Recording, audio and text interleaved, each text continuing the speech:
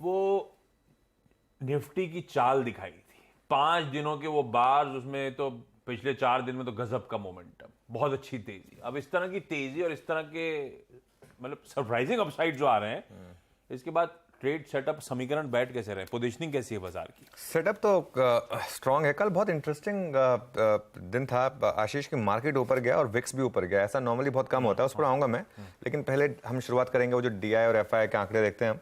तो कल डीआई ने थोड़ा सेल किया 338 करोड़, एफआई ने बाय किया करीब करीब 2000 करोड़ के करीब।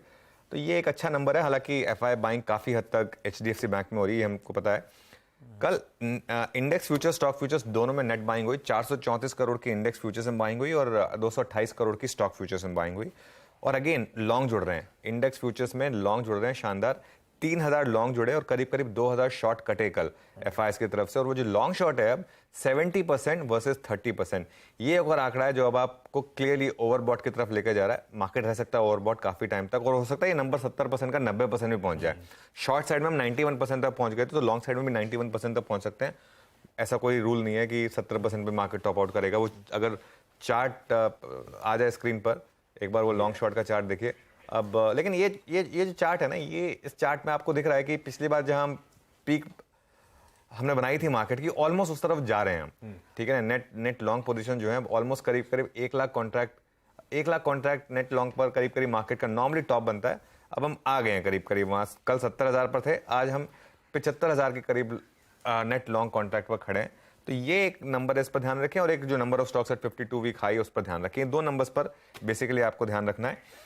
इंडेक्स ऑप्शन की सेलिंग हुई कल पुट कॉल रेशियो गिर गया, बहुत इंटरेस्टिंग था। कल बहुत टाइम के बाद कॉल राइटर्स ने थोड़ी हिम्मत दिखाई है। कल कॉल बिकी है एफआईएस की तरफ से, करीब करीब 1.5 लाख कॉल्स बिकी हैं। और ये हो सकता है, मुझे लग रहा है कि ये 19,500 की कॉल राइटिंग है, क्योंकि वो एक राउंड नंबर भी है, प्लस लग रहा है कि शायद 19,500 तक अब मार्केट कहां भागेगा इसके लिए। और कल विक्स में स्पाइक आया करीब करीब 7% का। इसके पुट कॉल रेशियो कल गिर गया, 1.58 से 1.48 पर आ गया। तो ठीक है, एक जो ओवरबॉट था उससे थोड़ा सा कम ओवरबॉट हो गए हम, एटलीस्ट पुट कॉल रेशियो के हिसाब से। लेकिन एफआई के हिसाब से काफी ओवरबॉट है। बैन में एक स्टॉक जो पहले दिन आ गया था वो अभी भी है, वो है India bulls housing finance. Setup को मैं कहूंगा कि न्यूट्रल मान के चले आप आज के लिए। ग्लोब का क्यू न्यूट्रल है, सेटअप न्यूट्रल है। ऐसे में निफ्टी का अप्रोच क्या रहना है? निफ्टी का कल का इंटरडे स्क्रीन्स पर आएगा। गैप अप के साथ शुरुआत हुई, एक समय लगा था कि मुनाफा वसूली की तैयारी हो रही है, पर निफ्टी के बाकी हैवीवेट कॉन्स्टिट्यूएंट्स कंट्रीब्यूट करते चले गए दिन के दौरान। और इनफैक्ट फाइनली दिन के हाईज के आसपास भारतीय बाजारों की ट्रेड की समाप्ति हुई है। 19,300 मोटा मोटी वो जोन था जिसके आसपास लार्जली कल के सेशन में उस गैप अप के बाद हमने कंसोलिडेट करा।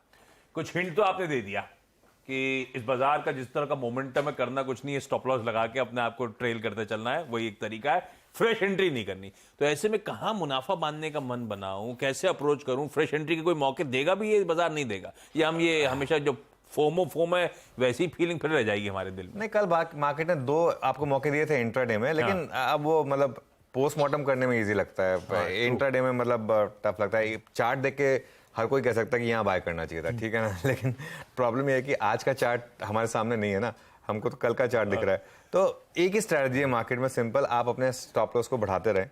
ट्रेलिंग स्टॉप लॉस जो है वो मेरी एक स्ट्रैटेजी रही है। कल 19,000 कर दिया था हमने ट्रेलिंग स्टॉप लॉस, अब हम उसको बढ़ाकर 19,100 कर रहे हैं। हर 200 पॉइंट की रैली पर 100 पॉइंट अपना ट्रेलिंग स्टॉप लॉस बढ़ा लें।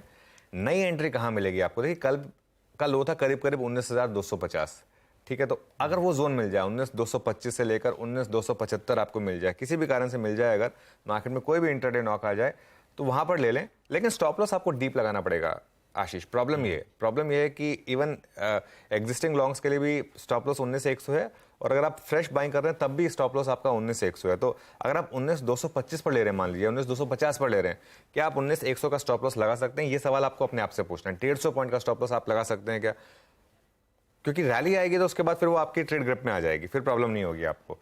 19,100 जब तक है तब तक इस मार्केट में शॉर्ट के बारे में बिल्कुल नहीं सोचना है। कोई पॉइंट ही नहीं है शॉर्ट करके। आपको हो सकता है 50-60 पॉइंट एक बार के लिए मिल जाएं, लेकिन वो मार्केट में इतना ज़्यादा पैसा है कि हर डिप पर बाइंग आ रही है। इसके लिए शॉर्ट के बारे में बिल्कुल नहीं सोचना आपको।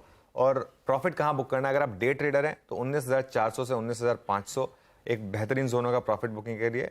पोजिशनल लॉन्ग अगर आप हैं तो मेरा वो जो व्यू था अभी तक इंटैक्ट है कि हम जुलाई में शायद 20,000 हिट करने वाले हैं। उसके लिए आप 20,000 के टारगेट रखें। हाँ, ऑब्वियसली अपने ट्रेलिंग स्टॉप लॉस बढ़ाते रहें उसके हिसाब से। वो इंटैक्ट है, बड़ा वाला टारगेट आने वाले दिनों के लिए वो इंटैक्ट अपनी जगह। उसके लिए आप पोजिशनली अपने ट्रेड्स को कैरी ऑन करें, स्टॉप लॉस ट्रेल करते चलें, और जब तक वो नीचे के स्तर जो मेंशन है स्क्रीन पे टूटते नहीं है तब तक तो कोई मन नहीं है बिगवाली करने। मेरे ख्याल तो 19,100 के नीचे जब तक स्लिप नहीं हो रहा भाई साहब, बिल्कुल घबराने की जरूरत नहीं है। इस बाजार में हर गिरावट, हर कंसोलिडेशन शायद एंट्री देने के मौके होंगे, एंट्री पाने के मौके होंगे इस बाजार में।